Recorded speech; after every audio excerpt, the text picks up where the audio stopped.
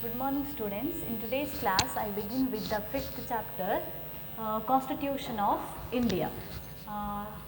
In this chapter we mainly discuss about, we are going to discuss about the Constituent Assembly, when Indian Constitution was came into force, the role of the Constituent Assembly and also the role of the Constituent drafting committee, Constituent Assembly and the drafting committee in making of the Indian Constitution and preamble of the Indian Constitution, next features of the Indian Constitution, fundamental rights, duties, etc. etc. All these concepts are going to study under the fifth chapter.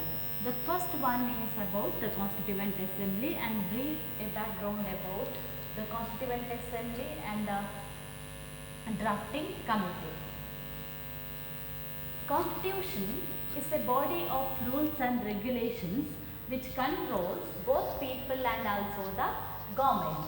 Or Constitution is a fundamental law which guides both the people and also the government, both the people and government. It guides the government how to run the administration, and at the same time it also guides the people how to discharge their rights and also the responsibility. Every state, we all know that every state requires a constitution, because a state without constitution is called as a state of anarchy.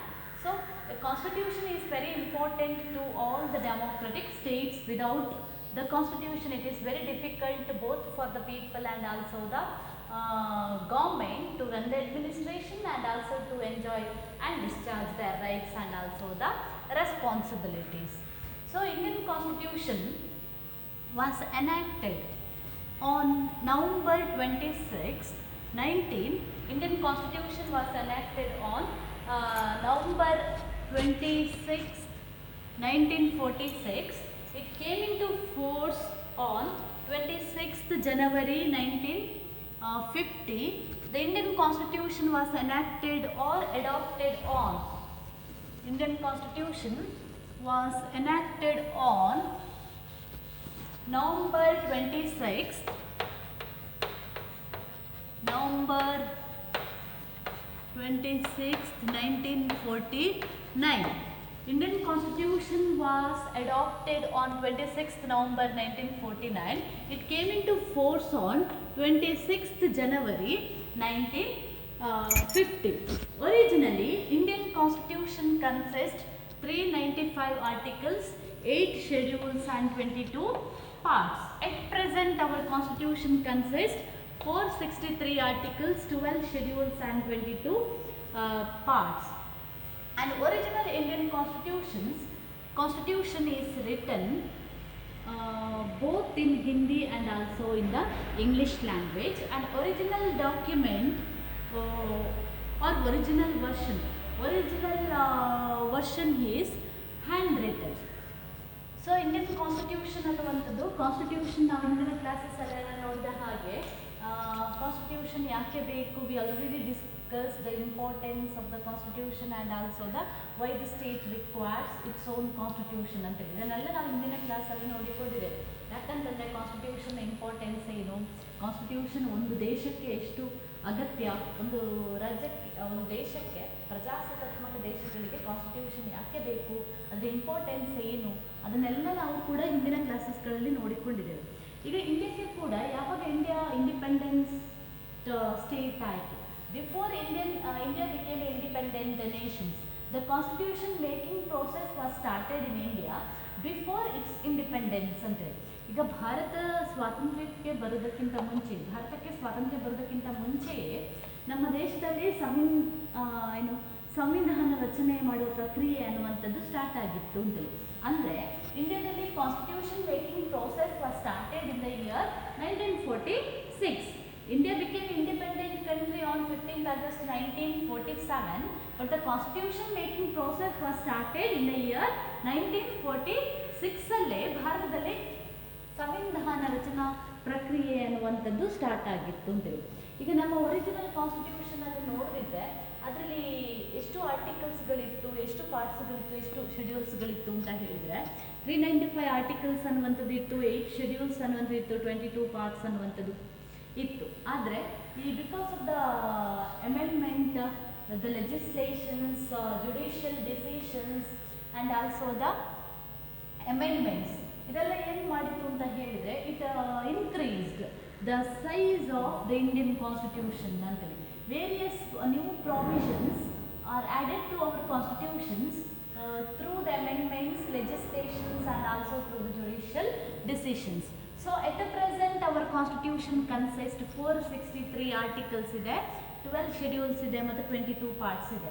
ಈಗ original ಅಲ್ಲಿ ಎಷ್ಟು articles ಇತ್ತಾ ಅದಕ್ಕಿಂತ ಜಾಸ್ತಿ articles ಇವತ್ತಿದೆ ನಮ್ಮಲ್ಲಿ, ನಮ್ಮ constitution ಜಾಸ್ತಿ ಆಗಿದೆ, ಶೆಡ್ಯೂಲ್ಸ್ಗಳು ಜಾಸ್ತಿ ಆಗಿದೆ. ಯಾಕೆ ಜಾಸ್ತಿ ಆಗಿದೆ ಅಂತ ಹೇಳಿದರೆ, ಈ ಬಿಕಾಸ್ ಆಫ್ ದ ಅಮೆಂಡ್ಮೆಂಟ್ಸ್, ತಿದ್ದುಪಡಿ ಮಾಡೋದ್ರಿಂದಾಗಿ, ಟೈಮಿಗೆ ಪಾರ್ಲಿಮೆಂಟ್ ಮಾಡಿದ ತಿದ್ದುಪಡಿಯಿಂದಾಗಿ ಆಗಿರ್ಬೋದು, ಅಥವಾ ಸುಪ್ರೀಂ ಕೋರ್ಟಿನ ಜಡ್ಜ್ಮೆಂಟ್ಗಳು ಇಂದಾಗಿರ್ಬೋದು, ಅಥವಾ ಕಾನೂನುಗಳಿಂದಾಗಿರ್ಬೋದು, ಶಾಸನಗಳಿಂದಾಗಿರ್ಬೋದು, ಕಾನ್ಸ್ಟಿಟ್ಯೂಷನ್ಸನ್ನು ಅಪ್ಡೇಟ್ ಮಾಡುವಂಥ ಕೆಲಸವನ್ನು ಮಾಡಲಾಗಿದೆ. ಹಾಗಾಗಿ ಇದರ ಆರ್ಟಿಕಲ್ಸ್ಗಳು ಅನ್ನುವಂಥದ್ದು ಕೂಡ ಇವತ್ತಿಗೆ ಜಾಸ್ತಿ ಆಗಿದೆ ಅಂತೇಳಿ ಹೇಳ್ಬೋದು. ಸೊ ಭಾರತ ಕಾನ್ಸ್ಟಿಟ್ಯೂಷನ್ ಯಾವಾಗ ಅಂಗೀಕಾರ ಆಯಿತು ಅಂತ ಹೇಳಿದರೆ, it enacted or adopted on 26th November 1946. Very important for one mark. ಭಾರತದ ಸಂವಿಧಾನ ಅಂಗೀಕಾರ ಆಗೋದು ನವೆಂಬರ್ 26, 1949 ಅದು ಜಾರಿಗೆ ಬಂದದ್ದು ಮಾತ್ರ 26th January 1950. ಇದು ಜಾರಿಗೆ ಬಂದ ವರ್ಷ, ಇದು ಅಂಗೀಕಾರವಾದಂತಹ ವರ್ಷ. ಹಾಗೆ ಇಂಡಿಯಾದ ಕಾನ್ಸ್ಟಿಟ್ಯೂಷನ್ ಅನ್ನುವಂಥದ್ದು written both in Hindi and also the English language. ಆದರೆ ಒರಿಜಿನಲ್ ಡಾಕ್ಯುಮೆಂಟ್ ಅನ್ನುವಂಥದ್ದನ್ನು ಯಾವುದೇ ರೀತಿಯಲ್ಲಿ ಪ್ರಿಂಟ್ ಮಾಡಲಿಲ್ಲ, ಬದಲಾಗಿ ನಮ್ಮ ಒರಿಜಿನಲ್ ಕಾನ್ಸ್ಟಿಟ್ಯೂಷನನ್ನು ಈಗ ನೋಡಿದ್ರು ಕೂಡ ಅದು ಹ್ಯಾಂಡ್ ರಿಟನ್ ಆಗಿದೆ, ಅಂದರೆ ಕೈ ಬರಹದಲ್ಲಿ ಬರೆದಿದ್ದಾರೆ ಹೊರತದ್ದು ಟೈಪ್ ಆಗಿಲ್ಲ ಅಥವಾ ಪ್ರಿಂಟ್ ಅನ್ನುವಂಥದ್ದು ಮಾಡಿಲ್ಲ. Next concept is constituent assembly. The role of the constituent assembly is considered as a very important one in making of the Indian Constitution. The Indian Constitution was enacted by the constituent body, people's body called a Constituent Assembly. So the Constituent Assembly enacted the Indian Constitution. ನಮ್ಮ ಸಂವಿಧಾನವನ್ನು ರಚಿಸಿದವರು ಯಾರು ಅಂತ ಹೇಳಿದರೆ, ನಮ್ಮ ಸಂವಿಧಾನವನ್ನು ರಚಿಸಿದವರು ಒಬ್ಬ ವ್ಯಕ್ತಿ ಅಲ್ಲ, ಅಥವಾ ಒಂದು ಗುಂಪು ಅನ್ನುವಂಥದ್ದು ಅಲ್ಲ, ಅಥವಾ ಇಬ್ಬರು ಮೂವರ ಗುಂಪು ಅನ್ನುವಂಥದ್ದಲ್ಲ. ಬದಲಾಗಿ ನಮ್ಮ ಸಂವಿಧಾನವನ್ನು ರಚನೆ ಮಾಡಿದವರು ಯಾರು ಅಂತ ಹೇಳಿದರು ಕಾನ್ಸ್ಟಿಟ್ಯೂಯೆಂಟ್ ಅಸೆಂಬ್ಲಿ. ಜನರ ಪ್ರತಿನಿಧಿಗಳನ್ನು ಒಳಗೊಂಡಂತಹ ಒಂದು ತಂಡವಾಗಿದ್ದಂತಹ ಕಾನ್ಸ್ಟಿಟ್ಯೂಯೆಂಟ್ ಅಸೆಂಬ್ಲಿ ಅನ್ನುವಂಥದ್ದು ಏನು ಮಾಡ್ತದೆ ಅಂತ ಹೇಳಿದರೆ, ನಮ್ಮ ಸಂವಿಧಾನವನ್ನು ರಚನೆ ಮಾಡುವಂಥ ಕೆಲಸವನ್ನು ಮಾಡ್ತದೆ. So Indian constitution was enacted by Constituent Assembly. This body was created in the year 1946. Created in the year November 1946.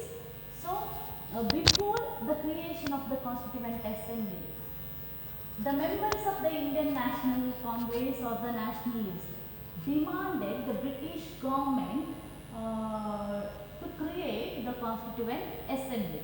ಈಗ ಕಾನ್ಸ್ಟಿಟ್ಯೂಯೆಂಟ್ ಅಸೆಂಬ್ಲಿ ನಾವು ಹಿಸ್ಟ್ರಿಯನ್ನು ನೋಡಿದರೆ, ಈ ಕಾನ್ಸ್ಟಿಟ್ಯೂಯೆಂಟ್ ಅಸೆಂಬ್ಲಿ ರಚನೆಯಾಗುವುದರ ಹಿಂದಿನ ನಾವು ಚರಿತ್ರೆಯನ್ನು ನೋಡಿದರೆ, ಇಂಡಿಯನ್ ನ್ಯಾಷನಲ್ ಕಾಂಗ್ರೆಸ್ನ ಸದಸ್ಯರು ಯಾರಿದ್ದು, ಅಥವಾ ನಮ್ಮಲ್ಲಿ ರಾಷ್ಟ್ರೀಯ ಚಳುವಳಿಗಾರರು ಯಾರಿದ್ದು, ಅಥವಾ ಸ್ವಾತಂತ್ರ್ಯ ಹೋರಾಟಗಾರರಲ್ಲಿ ಭಾಗವಹಿಸಿದಂತಹ ನಾಯಕರು ಯಾರಿದ್ದು, ಅವರೆಲ್ಲ ಬ್ರಿಟಿಷ್ ಗೌರ್ಮೆಂಟನ್ನು ಪ್ರೆಷರೈಸ್ ಮಾಡ್ತಾರೆ. ಅಂದರೆ ಭಾರತಕ್ಕೆ ಒಂದು ಕಾನ್ಸ್ಟಿಟ್ಯೂಷನ್ ಅನ್ನುವಂಥದ್ದು ಬೇಕು, ಮತ್ತು ಆ ಕಾನ್ಸ್ಟಿಟ್ಯೂಷನ್ಸ್ ಅನ್ನುವಂಥದ್ದನ್ನು ಇಂಡಿಯನ್ಸೇ ಮಾಡಬೇಕು ಅಂತೇಳಿ ಮಹಾತ್ಮ ಗಾಂಧಿ ಆಗಿರ್ಬೋದು, ಅಥವಾ ಇನ್ನೂ ಹಲವಾರು ನ್ಯಾಷನಲಿಸ್ಟ್ಗಳು ಇದನ್ನು ಡಿಮಾಂಡ್ ಮಾಡ್ತಾರೆ. ಅಂದರೆ ಭಾರತಕ್ಕೆ ಒಂದು ಕಾನ್ಸ್ಟಿಟ್ಯೂಷನ್ ಮಾಡಬೇಕು ಅಂತ ಹೇಳಿದರೆ Indians should have the full right to prepare the constitution ಅಂತೇಳಿ. ಅಂದರೆ ಅವರೇನು ಹೇಳ್ತಾರೆ ಅಂತ ಹೇಳಿದರೆ, ಭಾರತಕ್ಕೆ ಕಾನ್ಸ್ಟಿಟ್ಯೂಷನ್ ಅಂತ ಮಾಡಬೇಕು ಅಂತ ಹೇಳಿದರೆ ಅದನ್ನು ಬ್ರಿಟಿಷರು ಮಾಡಬಾರ್ದು, ಬದಲಾಗಿ ಯಾರು ಮಾಡಬೇಕು ಅಂತ ಹೇಳಿದರೆ ಭಾರತೀಯರೇ ಸೇರಿದಂಥ ಒಂದು ತಂಡ ಅನ್ನುವಂಥದ್ದು ನಿರ್ವಹಿಸಬೇಕು ಅಂತೇಳಿ. But all these demands of the Indian National Congress rejected by the British Parliament till the outbreak of the Second World War. But the idea of the Constituent Assembly was first put forwarded by a revolutionary nationalist called M.N. Roy. The idea of National Assembly was first put forwarded by a nationalist called M.N. Roy. But in later years, this idea was popularized by Jawaharlal Nehru. ಈ constituent assembly ಅನ್ನೋಂಥದ್ದು ಅಂದರೆ constitution ಮಾಡಲಿಕ್ಕೆ constituent assembly ಅನ್ನೋದನ್ನು body ಬೇಕು ಅಂತೇಳಿ ಫಸ್ಟಿಗೆ ಹೇಳಿದವರು ಯಾರು ಅಂತ ಹೇಳಿದರೆ ರಾಷ್ಟ್ರನಾಯಕರಾದಂತಹ M.N. ರಾಯ್ ಎನ್ನುವಂಥದ್ದು.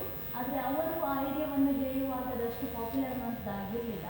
ಲೇಟರ್ ನಂತರದ ದಿನಗಳಲ್ಲಿ ಜವಾಹರ್ಲಾಲ್ ನೆಹರು ಈ ಕಾನ್ಸ್ಟಿಟ್ಯೂಯೆಂಟ್ ಅಸೆಂಬ್ಲಿ ಅನ್ನುವಂಥ ಐಡಿಯಾವನ್ನು ಜನಪ್ರಿಯಗೊಳಿಸ್ತಾರೆ.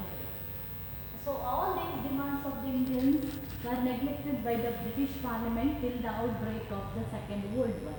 Second World War ಆಗುವಾಗ ಏನಾಗ್ತದೆ ಅಂತ ಹೇಳಿದ್ರೆ ಇಂಡಿಯನ್ಸ್ ಡಿಮಾಂಡ್ ಮಾಡ್ತಿದ್ರು ಕೂಡ ಅದನ್ನು ಬ್ರಿಟಿಷ್ ಪಾರ್ಲಿಮೆಂಟ್ ನೆಗ್ಲೆಕ್ಟ್ ಮಾಡ್ತಾ ಬರ್ತದೆ.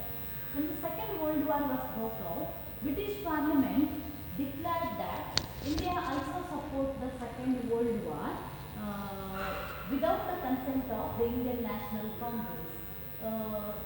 So ಯಾವಾಗ ಸೆಕೆಂಡ್ ವರ್ಲ್ಡ್ ವಾರ್ ಆಗ್ತದೆ ಆವಾಗ ಬ್ರಿಟಿಷರು ಏನು ಮಾಡ್ತಾರೆ ಅಂತಂದರೆ ಇಂಡಿಯನ್ ನ್ಯಾಷನಲ್ ಕಾಂಗ್ರೆಸ್ ಅನ್ನು ಕನ್ಸಲ್ಟ್ ಮಾಡಿದ್ರೆ ಇಂಡಿಯಾ ಕೂಡ ಸೆಕೆಂಡ್ ವರ್ಲ್ಡ್ ವಾರ್ಗೆ ಸಪೋರ್ಟ್ ಮಾಡೋದ್ರಲ್ಲಿ ಓಪನ್ ಆಗಿ ಡಿಕ್ಲೇರ್ ಮಾಡ್ತದೆ. ಆಗ ಕೂಡಲೇ ಇಂಡಿಯನ್ ನ್ಯಾಷನಲ್ ಕಾಂಗ್ರೆಸ್ ಏನು ಮಾಡ್ತದೆ ಅಂತ ಹೇಳಿದ್ರೆ ಅಲ್ಲಿ ತನಕ ಬ್ರಿಟಿಷ್ಗೆ ಸ್ವಲ್ಪ ಕಾರ್ಪೊರೇಷನ್ಸ್ ಕೊಡ್ತಾ ಇದ್ದಂಥ Indian national Congress immediately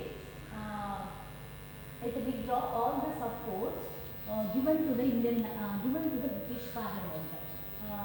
The many nationalists wrote the articles in favor of the Constituent Assembly in the two leading newspapers at that time. They were Harijan and also the Kesari. So in these two leading newspapers, Harijan and Kesari, the many nationalists wrote the articles in favor of the Constituent Assembly, mainly to educate the common people or the public regarding the importance of the Constituent Assembly in making of the Indian Constitution. At the Second World War ಆಗುವಾಗ ಈ ಬ್ರಿಟಿಷ್ನ ಪಾರ್ಲಿಮೆಂಟಿನ ಈ ಡಿಸಿಷನಿಂದಾಗಿ Indian national Congress ಏನು ಮಾಡ್ತದೆ ಅಂತ ಹೇಳಿದರೆ ಅಲ್ಲಿ ತನಕ ಬ್ರಿಟಿಷರಿಗೆ ಕೊಡ್ತಾ ಇದ್ದಂಥ ಎಲ್ಲ ಸಪೋರ್ಟನ್ನು ವಿಡ್ರಾ ಮಾಡಿಕೊಳ್ತಿದೆ. ಆ ಟೈಮಲ್ಲಿ ಎರಡು ನ್ಯೂಸ್ ಪೇಪರ್ಗಳು ಭಾರತದಲ್ಲಿ ತುಂಬ ಜನಪ್ರಿಯವಾಗಿರ್ತದೆ. ಒಂದು ಹರಿಜನ್ ಮತ್ತು ಕೇಸರಿ, ಇದು two leading news paper at that time. ಆ ನ್ಯೂಸ್ ಪೇಪರಲ್ಲಿ ಭಾರತೀಯರನ್ನು ಒಟ್ಟುಗೂಡಿಸುವಂಥ ಉದ್ದೇಶದಿಂದ ಅಥವಾ ಭಾರತೀಯರಲ್ಲಿ ಈ ಕಾನ್ಸ್ಟಿಟ್ಯೂಯೆಂಟ್ ಅಸೆಂಬ್ಲಿಯ ಪ್ರಾಮುಖ್ಯತೆ ಏನು ಅಂದರೆ ಸಂವಿಧಾನ ಮಾಡುವಲ್ಲಿ ಇದರ ಪ್ರಾಮುಖ್ಯತೆ ಏನು, ಇದು ಯಾಕೆ ಬೇಕು ಅನ್ನೋದ್ರ ಬಗ್ಗೆ ಜನರಿಗೆ ಅರಿವನ್ನು ಮೂಡಿಸೋದಕ್ಕೋಸ್ಕರ ಅನೇಕ ನ್ಯಾಷನಲಿಸ್ಟ್ಗಳು ಮಹಾತ್ಮ ಗಾಂಧಿಯಿಂದ ಹಿಡಿದು ನಂತರ ಬೇರೆ ಬೇರೆ ಎಲ್ಲ ಫ್ರೀಡಮ್ ಫೈಟರ್ಸ್ಗಳು ಏನು ಮಾಡ್ತಾರೆ ಅಂತ ಹೇಳಿದ್ರೆ ಈ ಆರ್ಟಿಕಲ್ಸ್ಗಳನ್ನು ಬರೀತಾರೆ, ಜನರನ್ನು ಶಿಕ್ಷಿತರನ್ನಾಗಿ ಮಾಡುವಂಥ ಉದ್ದೇಶದಿಂದಾಗಿ.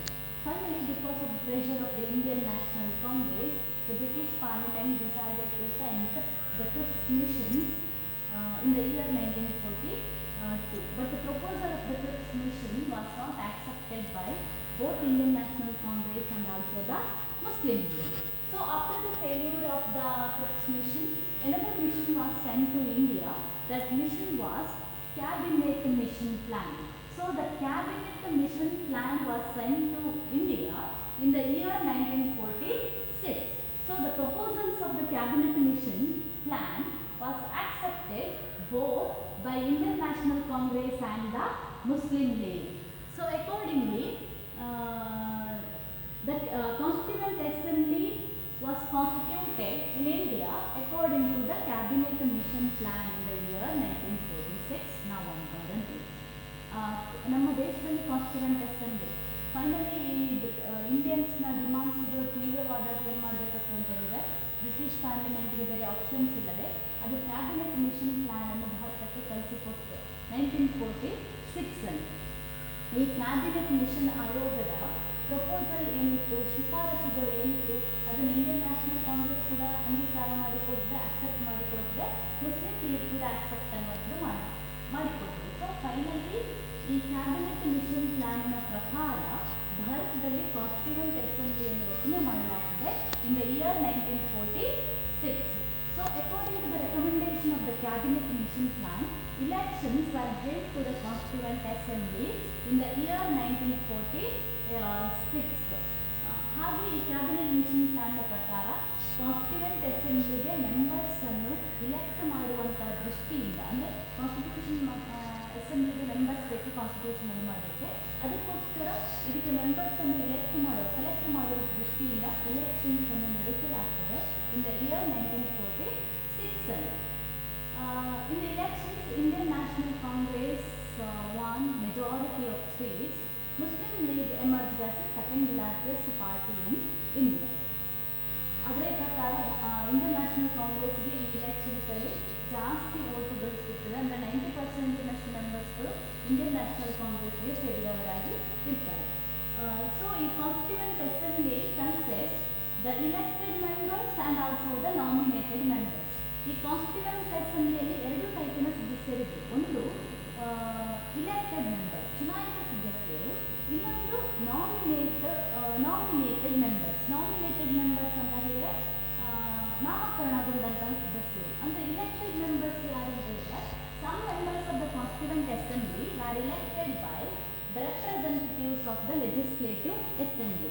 ಇದರ ಕೆಲವು ಮೆಂಬರ್ಸನ್ನು ಲೆಜಿಸ್ಲೇಟಿವ್ ಅಸೆಂಬ್ಲಿ ಯಾವುದಿತ್ತು ಆ ಟೈಮಲ್ಲಿ, ಆ ಲೆಜಿಸ್ಲೇಟಿವ್ ಅಸೆಂಬ್ಲಿಯ ಸದಸ್ಯರು ಇಲೆಕ್ಟ್ ಮಾಡಿದ್ರು. ಇನ್ನು ಕೆಲವು ಮೆಂಬರ್ಸನ್ನು ನಾಮಿನೇಟ್ ಮಾಡಿತ್ತು. ಅಂದರೆ ನಾಮಿನೇಟ್ ಮಾಡಿದ್ರು. ಆ ಮೆಂಬರ್ಸ್ ಯಾರು ಅಂತ ಹೇಳಿದರೆ, ಇದು consist the important personalities and also the representatives of all the sections of the society. Nominated members ಯಾರಾಗಿದ್ರು ಅಂತ ಹೇಳಿದರೆ, ಕೆಲವೊಂದು ಇಂಪಾರ್ಟೆಂಟ್ ಪರ್ಸನಾಲಿಟೀಸ್ಗಳು, ಅದು ಲಾ ಫೀಲ್ಡಲ್ಲಿ ಎಕ್ಸ್ಪರ್ಟ್ಗಳಾಗಿದ್ದವರಾಗಿರ್ಬೋದು, ಅಡ್ಮಿನಿಸ್ಟ್ರೇಟಿವ್ ಫೀಲ್ಡ್ಗಳಲ್ಲಿ ಎಕ್ಸ್ಪರ್ಟ್ ಆಗಿದ್ದವರಾಗಿರ್ಬೋದು, ಅಥವಾ ಕಾನ್ಸ್ಟಿಟ್ಯೂಷನಲ್ ಫೀಲ್ಡಲ್ಲಿ ಎಕ್ಸ್ಪರ್ಟ್ ಆಗಿದ್ದಂಥ ಕೆಲವು ಸದಸ್ಯರು. ಅದರ ಜೊತೆಗೆ ಎಲ್ಲ ಸಮುದಾಯವನ್ನು ರೆಪ್ರೆಸೆಂಟ್ ಮಾಡುವಂತಹ ಪ್ರತಿನಿಧಿಗಳನ್ನು ಇದಕ್ಕೆ ನಾಮಕರಣಗೊಳಿಸಲಾಯಿತು. ಸೊ ಹೀಗೆ constituent assembly consist two types of members. They are elected members and also the nominated members. ಯಾಕಂತ ಹೇಳಿದರೆ ಎಲ್ಲ ಇಲೆಕ್ಟೆಡ್ ಮೆಂಬರ್ಸ್ನ ಜೊತೆಗೆ ನಾಮಿನೇಟೆಡ್ ಮೆಂಬರ್ಸ್ಗಳು ಅಥವಾ ಎಕ್ಸ್ಪರ್ಟ್ಸ್ಗಳು ಕೂಡ ಬೇಕು. ಯಾಕಂತ ಹೇಳಿದರೆ constitution making process is not on easy task. So to prepare the constitution, administrative knowledge, legal knowledge and also the constitutional knowledge, all these knowledges ಅನ್ನೋದು ವೆರಿ ವೆರಿ ಇಂಪಾರ್ಟೆಂಟ್. ಅಂದರೆ ಒಂದು ಸಂವಿಧಾನ ಮಾಡೋದು ಅಂತ ಹೇಳಿದರೆ ಅಷ್ಟು ಈಸಿಯಾಗಿ ಕೆಲಸ ಅಲ್ಲ. ಒಂದು ಸಂವಿಧಾನವನ್ನು ರಚನೆ ಮಾಡಬೇಕು ಅಂತಿದ್ದರೆ ಅವರಿಗೆ ಕಾನ್ಸ್ಟಿಟ್ಯೂಷನ್ನ ಜ್ಞಾನ ಅನ್ನೋದು ಬೇಕಾಗ್ತದೆ, ಆಡಳಿತದ ಬಗ್ಗೆ ಜ್ಞಾನ ಬೇಕಾಗ್ತದೆ, ಹಾಗೂ ಕಾನೂನಿನ ಬಗ್ಗೆ ಮಾಹಿತಿ ಕೂಡ ಬೇಕಾಗ್ತದೆ. ಹಾಗಾಗಿ ಆ ಎಲ್ಲ ಫೀಲ್ಡ್ಗಳಲ್ಲಿ ಎಕ್ಸ್ಪರ್ಟ್ ಆಗಿರುವಂತಹ ಮೆಂಬರ್ಸನ್ನು ಕೂಡ ಇದಕ್ಕೆ ನಾಮಿನೇಟ್ ಮಾಡಲಾಯಿತು. ಅದ್ರ ಜೊತೆಗೆ ಇದು ಬೇರೆ ಬೇರೆ ರೆಪ್ರೆಸೆಂಟೇಟಿವ್ಸ್, ಬೇರೆ ಬೇರೆ ಸಮುದಾಯವನ್ನು ಪ್ರತಿನಿಧಿಸುವಂಥ ಜನರನ್ನು ಕೂಡ ಒಳಗೊಂಡಿತ್ತು. ಅಂತಂದರೆ SC, ST ಆಗಿರ್ಬೋದು, ವಿಮೆನ್ಸ್ ಆಗಿರ್ಬೋದು, ಮೈನಾರಿಟೀಸ್ ಆಗಿರ್ಬೋದು, etcetera etcetera. So the total strength of the constituent assembly 389. So it consists 389 members. The first meeting of the Constituent Assembly was held on 9th December 1946, but Muslim League refused to attend the first meeting of the Constituent Assembly. Why Muslim League refused to attend the first meeting of the Constituent Assembly ಅಂತ ಹೇಳಿದರೆ, ಈ first ಮೀಟಿಂಗ್ಗೆ Muslim league ಬರಲಿಕ್ಕೆ ಒಪ್ಪಿಕೊಳ್ಳುವುದಿಲ್ಲ. ಯಾಕೆ ಒಪ್ಪಿಕೊಳ್ಳುವುದಿಲ್ಲ ಅಂತ ಹೇಳಿದರೆ, Muslim league ಏನು demand ಮಾಡ್ತದೆ ಅಂತ ಹೇಳಿದರೆ, Muslim league demanded separate constituent assembly and also the separate nation for Muslims ಅಂತ ಹೇಳಿ. ಅದರ ಡಿಮಾಂಡ್ ಏನಾಗಿತ್ತು ಅಂತ ಹೇಳಿದರೆ, ಮುಸ್ಲಿಮರಿಗೆ ಸಪರೇಟ್ ದೇಶ ಅನ್ನುವಂಥದ್ದು ಬೇಕು, ಮತ್ತು ಅದಕ್ಕೆ ಸಪರೇಟ್ ಕಾನ್ಸ್ಟಿಟ್ಯೂಯೆಂಟ್ ಅಸೆಂಬ್ಲಿ ಅನ್ನುವಂಥದ್ದು ಕೂಡ ಬೇಕಾಗ್ತದೆ ಅಂತ ಹೇಳಿ. So finally India was divided into two, India and Pakistan, and in the same way the Constituent Assembly was also divided into two, one for India and another one for Pakistan ಅಂದ್ರೆ. So finally ಏನಾಗ್ತದೆ ಅಂತ ಹೇಳಿದ್ರೆ, ಬೇರೆ option ಇಲ್ಲದೆ ಇಂಡಿಯಾವನ್ನು ಎರಡು divide ಮಾಡಲೇಬೇಕಾಗ್ತದೆ, ಒಂದು India ಮತ್ತು ಪಾಕಿಸ್ತಾನ ಅಂತೇಳಿ. ಹಾಗೆ ಇಂಡಿಯಾ ಎರಡು ಡಿವೈಡ್ ಆದ ಹಾಗೆ ಕಾನ್ಸ್ಟಿಟ್ಯೂಯೆಂಟ್ ಅಸೆಂಬ್ಲಿಯನ್ನು ಕೂಡ ಎರಡು ಡಿವೈಡ್ ಮಾಡಬೇಕಾಗ್ತದೆ, ಒಂದು ಇಂಡಿಯಾಕ್ಕೆ ಇನ್ನೊಂದು ಪಾಕಿಸ್ತಾನಕ್ಕೆ ಅಂತೇಳಿ. ಈ ರೀತಿಯಾಗಿ ಪಾರ್ಟಿಷನ್ಸ್ ಕೂಡ ಅಲ್ಲಿ ಹೋಗ್ತದೆ ಇಂಡಿಪೆಂಡೆನ್ಸ್ನ ಜೊತೆಗೆ. So after the partition of India, the Indian Constituent Assembly elects its own chairman and also the deputy chairman and acting president for Constituent Assembly. So Dr. Sachidananda Sinha elected as the acting president of the Constituent Assembly. ಅದ ನಂತರ ಈ partition ಆದ ನಂತರ ಭಾರತದ constituent assembly ಏನು ಮಾಡ್ತದೆ ಅಂತ ಹೇಳಿದರೆ, ತಮ್ಮಲ್ಲೇ ಒಬ್ಬರನ್ನು ಪ್ರೆಸಿಡೆಂಟ್, ವೈಸ್ ಪ್ರೆಸಿಡೆಂಟ್ ಮತ್ತು ಹಂಗಾಮಿ ಅಧ್ಯಕ್ಷರನ್ನಾಗಿ ಆಯ್ಕೆ ಮಾಡಿಕೊಳ್ಳಲಾಗಿದೆ. ಸಚ್ಚಿದಾನಂದ ಸಿನ್ಹಾರನ್ನು ಆಕ್ಟಿಂಗ್ ಪ್ರೆಸಿಡೆಂಟ್ ಅಥವಾ ಹಂಗಾಮಿ ಅಧ್ಯಕ್ಷರನ್ನಾಗಿ ಆಯ್ಕೆ ಮಾಡಿಕೊಳ್ಳಲಾಗಿದೆ. ಹಾಗೆ doctor Rajendra Prasad elected as the chairman of the Constituent Assembly and H.C. Mukherjee elected as the deputy chairman of the Constituent Assembly. Dr. Rajendra Prasad elected as the chairman of the Constituent Assembly. ಇವರನ್ನು constituent ಅಸೆಂಬ್ಲಿಯ chairman ಆಗಿ ಅಧ್ಯಕ್ಷರನ್ನಾಗಿ ಆಯ್ಕೆ ಮಾಡಿಕೊಳ್ಳಲಾಗ್ತದೆ. HSC ಮುಖರ್ಜಿಯನ್ನು constituent assembly ಉಪಾಧ್ಯಕ್ಷರನ್ನಾಗಿ ಆಯ್ಕೆ ಮಾಡಲಾಗ್ತದೆ. Next drafting. The Constituent Assembly consists the various committees. Constituent Assembly divided into various committees. It consists 24 committees. A Constituent Assembly, for the purpose of the making of the Indian Constitution,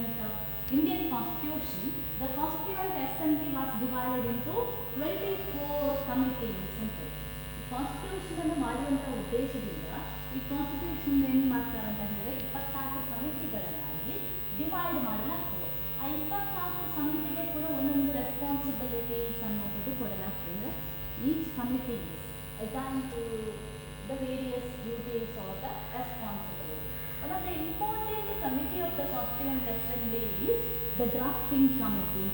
ಈ 24 ಕಮಿಟಿಗಳಲ್ಲಿ ಒಂದು important committee ಯಾವುದಾಗಿತ್ತು ಅಂತ ಹೇಳಿದ್ರೆ drafting committee ಅಂತಿದೆ. ಅಂದರೆ ಎಷ್ಟು constituent ಅಸೆಂಬ್ಲಿಯನ್ನು divide ಮಾಡಿದೆ ಅಂತ ಹೇಳಿದ್ರೆ ಬೇರೆ ಬೇರೆ ಸಮಿತಿಗಳನ್ನಾಗಿ ಫಂಡಮೆಂಟಲ್ ರೈಟ್ಸ್ಗಳನ್ನು ಮಾಡಲಿಕ್ಕೆ ಒಂದು ಸಮಿತಿ, ಡೈರೆಕ್ಟಿವ್ ಪ್ರಿನ್ಸಿಪಲ್ಸ್ಗಳನ್ನು ಪ್ರಿಪೇರ್ ಮಾಡಲಿಕ್ಕೆ ಒಂದು ಸಮಿತಿ, ಲೆಜಿಸ್ಲೇಚರ್ನ ಬಗ್ಗೆ ಪ್ರಿಪೇರ್ ಮಾಡಲಿಕ್ಕೆ ಒಂದು ಸಮಿತಿ ಅಂತ ಹೀಗೆ ಕೆಲಸವನ್ನು ಡಿವೈಡ್ ಮಾಡಿಕೊಡ್ಲಾಯಿತು, ಹಂಚಿಕೊಡ್ಲಾಯಿತು. ಆ ಎಲ್ಲ ಕಮಿಟಿಗಳಲ್ಲಿ ಇಂಪಾರ್ಟೆಂಟ್ ಕಮಿಟಿ ಯಾವುದು ಅಂತ ಹೇಳಿದ್ರೆ drafting committee. The role of the drafting committee is considered as very important one in making of the Indian Constitution. It consists 7 members. Dr. B.R. Ambedkar elected as the chairman of the drafting committee and V.N. Rao assisted as a constitutional advisor to the drafting committee. And apart from that, it consists 7 members. Drafting committee consists 7 members. They were Dr. B.R. Ambedkar, B.L. Victor, and Gopalaswamy Iyengar, Alladi Krishnaswamy Iyer, Dr. K.M. Munshi, Syed Muhammad Sadullah, and D.P. Ketan.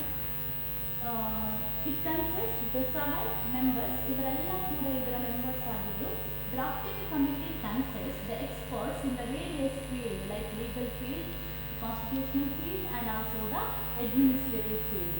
ಈ drafting ಕಮಿಟಿಯಲ್ಲಿ ಎಷ್ಟು members ಇದ್ರು, ಈ 7 ಮೆಂಬರ್ಸ್ಗಳು ಕೂಡ ಬೇರೆ ಬೇರೆ ಕ್ಷೇತ್ರಗಳಲ್ಲಿ ಜ್ಞಾನ ಇದ್ದವರಾಗಿತ್ತು. ಅಂದರೆ ಕೆಲವರು ಕಾನೂನಿನ ಕ್ಷೇತ್ರದಲ್ಲಿ ನೈಪುಣ್ಯತೆಯನ್ನು ಪಡ್ಕೊಂಡಿದ್ರು, ಇನ್ನು ಕೆಲವರು ಕಾನ್ಸ್ಟಿಟ್ಯೂಷನಲ್ ವಿಷಯದಲ್ಲಿ ಎಕ್ಸ್ಪರ್ಟ್ ಆಗಿದ್ದು, ಇನ್ನು ಕೆಲವರು ಆಡಳಿತಾತ್ಮಕ ವಿಷಯದಲ್ಲಿ ಎಕ್ಸ್ಪರ್ಟ್ ಆಗಿದ್ದು. ಇದರ ಮೇನ್ ರೋಲ್ ಏನಾಗಿತ್ತು ಅಂತ ಹೇಳಿದ್ರೆ, the main responsibility of the drafting committee is to prepare the draft of the Indian constitution. ಅಂದರೆ ಈ ಬೇರೆ ಬೇರೆ ಕಮಿಟೀಸ್ಗಳು ಏನು ಇನ್ಫಾರ್ಮೇಷನ್ಸ್ ಕೊಟ್ಟಿದ್ದವು, ಆ ಇನ್ಫಾರ್ಮೇಷನ್ಸ್ಗಳನ್ನೆಲ್ಲ ಒಟ್ಟು ಮಾಡಿ ಒಂದು ಕರಡು ಪ್ರತಿಯನ್ನು ಸಿದ್ಧ ಮಾಡುವಂಥ ಕೆಲಸ ಯಾವುದಾಗಿತ್ತು ಅಂತ ಹೇಳಿದ್ರೆ ಡ್ರಾಫ್ಟಿಂಗ್ ಕಮಿಟಿ. ಅಂದರೆ 23 ಬೇರೆ ಬೇರೆ ಕಮಿಟಿಗಳು ಏನು ಕೆಲಸವನ್ನು ಹಂಚಿಕೊಳ್ಳಲಾಗಿತ್ತು, ಆ ಎಲ್ಲ ಕಮಿಟಿಗಳು ಫೈನಲ್ ಆಗಿ ಅವರವರ ಡ್ರಾಫ್ಟ್ಗಳನ್ನು ಈ ಡ್ರಾಫ್ಟಿಂಗ್ ಕಮಿಟಿಗೆ ಸಬ್ಮಿಟ್ ಮಾಡಬೇಕಾಗಿತ್ತು. ಈ ಡ್ರಾಫ್ಟಿಂಗ್ ಕಮಿಟಿ ಆ ಎಲ್ಲ ಸಮಿತಿಗಳು ಕೊಟ್ಟಂಥ ಮಾಹಿತಿಗಳ ಮೇಲೆ ಒಂದು ಕರಡು ಪ್ರತಿ ರಫ್ ಕಾಪಿಯನ್ನು ಸಿದ್ಧಪಡಿಸಿತ್ತು. After that this drafting committee are the rough copy referred to the public and the people of India were given 8 months to discuss the draft of the Indian Constitution ಅಂತ. ಎಲ್ಲ ಸಮಿತಿಗಳು ಕೊಟ್ಟ ಮಾಹಿತಿ ಆಧಾರದ ಮೇಲೆ ಒಂದು ರಫ್ ಕಾಪಿಯನ್ನು ರೆಡಿ ಮಾಡಿತ್ತು ಡ್ರಾಫ್ಟಿಂಗ್ ಕಮಿಟಿ. ಆ ರಫ್ ಕಾಪಿಯನ್ನು ಜನರ ಮುಂದೆ ಇತ್ತು. ಜನರಿಗೆ 8 months ಅನ್ನೋದು ಟೈಮ್ ಕೊಟ್ಟಿತ್ತು. ಅಂದರೆ ಈ ಕಾನ್ಸ್ಟಿಟ್ಯೂಷನಲ್ಲಿ ಏನು ರಫ್ ಕಾಪಿ ಕೊಟ್ಟಿದ್ದಾರೆ ಅದರಲ್ಲಿ ಏನಾದರೂ ಚೇಂಜಸ್ ಅನ್ನೋದನ್ನು ಮಾಡಬೇಕಾ ಬೇಡ ಅಂತೇಳಿ. ಹಾಗಾಗಿ ಆ 8 months ನಂತರ according to the views of the public and also the views of the public and the various committees, finally the drafting committee prepared the final document of the Indian Constitution. So the final document of the Indian Constitution was adopted on 26th November 1949. So ಹೀಗೆ ಜನರ ಒಪಿನಿಯನ್ಗೆ ಅನುಗುಣವಾಗಿ ಹಾಗೂ ಈ ಕಮಿಟಿಗಳ ಒಪಿನಿಯನ್ಗೆ ಅನುಗುಣವಾಗಿ finally drafting committee ಏನು ಮಾಡ್ತದೆ ಅಂತ ಹೇಳಿದರೆ ಫೈನಲ್ ಸಿದ್ಧಪಡಿಸಿದೆ ಮತ್ತು ಯಾವಾಗ ಅಂಗೀಕಾರ ಮಾಡಲಾಗಿದೆ 26th November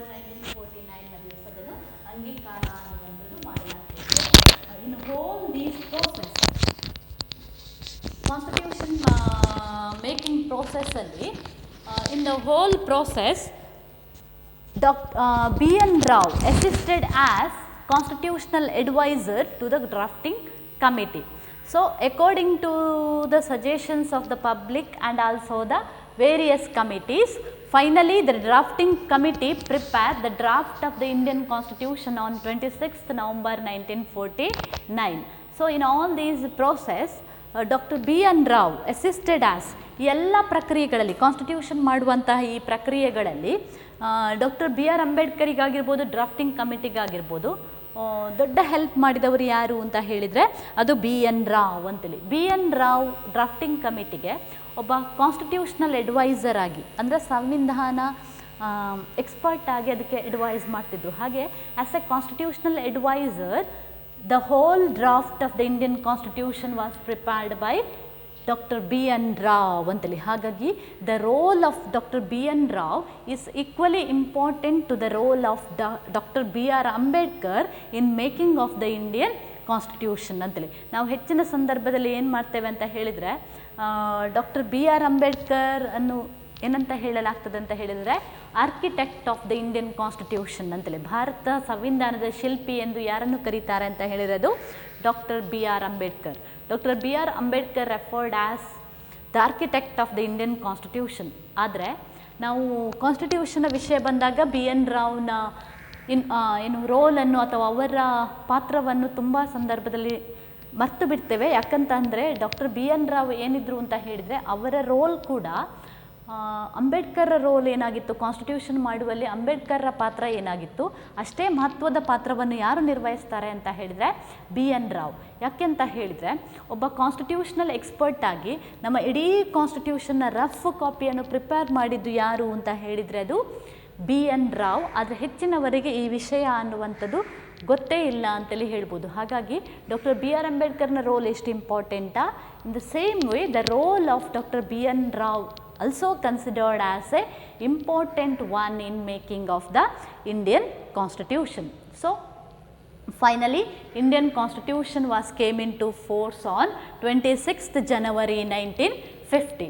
So, to prepare the Indian Constitution, the Constituent Assembly had taken 2 years, 11 months and 18 days. To prepare the Indian Constitution, the Constituent Assembly had taken almost 3 years. It taken 2 years, 11 months and 18 days. So ಹೀಗೆ ಭಾರತದ ಸಂವಿಧಾನ ಅನ್ನುವಂಥದ್ದು finally ಜಾರಿಗೆ ಬರ್ತದೆ. ನಮ್ಮ ಕಾನ್ಸ್ಟಿಟ್ಯೂಷನನ್ನು ರಚನೆ ಮಾಡಲಿಕ್ಕೋಸ್ಕರ constituent assembly almost 3 years ಅನ್ನುವಂಥ ತಗೊಳ್ತದೆ. 3 ಇಯರ್ಸ್ ಅಂತ ಹೇಳಿದರೆ ಅದು 2 ವರ್ಷ 11 ತಿಂಗಳು ಮತ್ತು 18 ಡೇಸ್ ಮಾಡಲಿಕ್ಕೆ. So in this way Indian constitution was came into force with the effort of the Constituent Assembly and also the effort of the so many nationalists.